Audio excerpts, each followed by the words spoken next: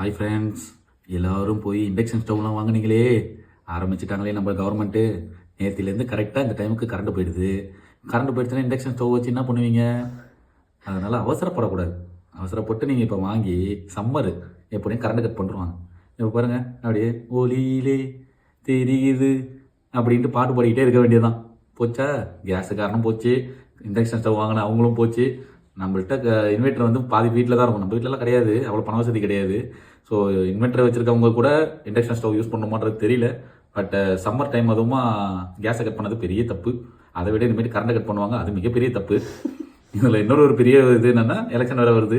Iran அங்கங்கே குண்டு போடுறதுக்கு பதில் அமெரிக்காவும் ஈரானும் சேர்ந்து நம்மளும் குண்டு போடலாம். ஏன்னா நைட்டான கரண்ட் கட் பண்ணிடுறாங்க, குழந்தை தூங்க முடிய மாட்டேங்குது, கேஸ் வர மாட்டேங்குது, பெட்ரோல் இல்லைன்றாங்க. இவ்வளோ தட்டுப்பாடுக்கு ஒரே குண்டு முடிஞ்சு போச்சு, க்ளோஸ். எல்லாரும் போயிடலாம், யாரும் அந்த சமைச்சு சாப்பிட்றதே வேணாம், ஆவியாக சுற்றிக்கிட்டு இருக்கலாம். அந்த மாதிரியான நிலைமைக்கு இப்போ கொண்டு வந்துட்டாங்க. ஸோ சம்மர் ஸ்டார்ட் ஆகிடுச்சு. அதை எப்படி கண்டுபிடிக்கலாம்னு பார்த்தா, வெயில் நாளாக கிடையாது, கரண்ட் போகிறத வச்சு. ஸோ இனிமேட்டு இண்டக்ஷன் ஸ்டவ் வாங்கினீங்கன்னா கூட முன்னையே குக் பண்ணிக்கோங்க. முன்னையே குக் பண்ணிக்கோங்கன்றது வந்து பகல்லையே குக் பண்ணிவிடுங்க. அப்பப்போ கரண்ட் கட் பண்ணுறாங்க, பகல்லலாம் எவ்வளோ நேரம் கட் பண்ணுவாங்கன்னு தெரியல. ஸோ இண்டக்ஷன் ஸ்டவ் வாங்கினவங்களுக்குலாம் ஒரு பெரிய ஹாப்பி நியூஸ், சம்மர் வந்துருச்சு, கரண்ட் கட் பண்ணுறாங்க. ஓகே, பாய்.